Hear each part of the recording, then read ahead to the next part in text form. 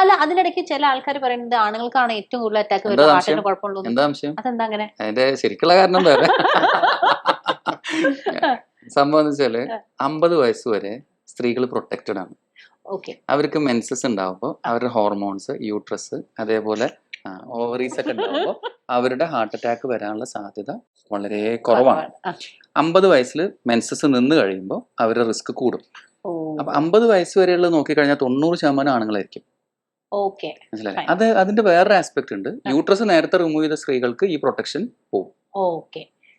അങ്ങനെ ഒരു പ്രശ്നം കൂടി ഇതന്നെ. ഷുഗറും പ്രഷർ ഉണ്ടെങ്കിലും കുറച്ച് തൈറോയ്ഡ് ഉണ്ടെങ്കിലും പ്രശ്നം ഉണ്ടെങ്കിലും കുറച്ചുകൂടി നേരത്തെ വരാം. പക്ഷെ യൂഷ്വലി അതേ ലെവലിലുള്ള ആണുങ്ങൾ വെച്ച് നോക്കുമ്പോൾ പെണ്ണുങ്ങൾ എന്നാലും കുറവാണ്. ഇതിൽ വേറെ പ്രശ്നം വെച്ചാൽ സ്ത്രീകൾക്ക് പലപ്പോഴും ലക്ഷണങ്ങൾ മൈൻഡ് ചെയ്യൂല, അതുകൊണ്ട് കോംപ്ലിക്കേഷൻ വരും. പലപ്പോഴും അവര് നെഞ്ചുവേദന വരുമ്പോ ഇരിച്ചില്ല. ഒരു 60 വയസ്സിലെത്തുമ്പോൾ ഈക്വൽ ആവും. 50 വയസ്സിൽ നിന്ന് കൂടി വരും. 60 വയസ്സെത്തുമ്പോൾ ആണുങ്ങളും പെണ്ണുങ്ങളും ഈക്വൽ ആവും.